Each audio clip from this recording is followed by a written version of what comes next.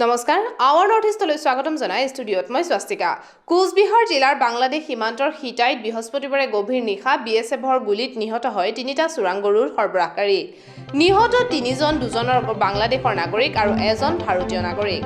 ঘটনাস্থলীত হিটাই আৰক্ষীৰ দল এটা উপস্থিত হৈছে আৰু দলটো গৰু সৰবৰাহত বাধা পায় বিএছএফ জোৱানৰ ইটা আৰু শিলেৰে আক্ৰমণ কৰিছিল ইফালে ঘটনা সন্দৰ্ভত বিএছএফে অদ্যপি আনুষ্ঠানিকভাৱে একো তথ্য প্ৰকাশ কৰা নাই জানিব পৰা মতে বৃহস্পতিবাৰে নিশা 2 বজাত হিটাই চামটা অঞ্চলত বিএছএফ আৰু গৰু সৰবৰাহকাৰীৰ মাজত সংঘৰ্ষ হয় নিশা বাংলাদেশলৈ গৰু সৰবৰাহ কৰি থকাৰ সময়তে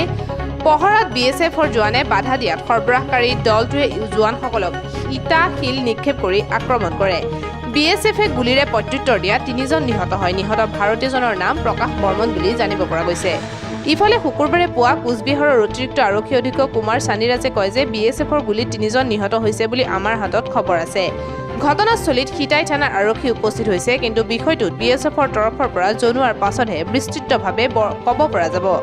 news desk report our north east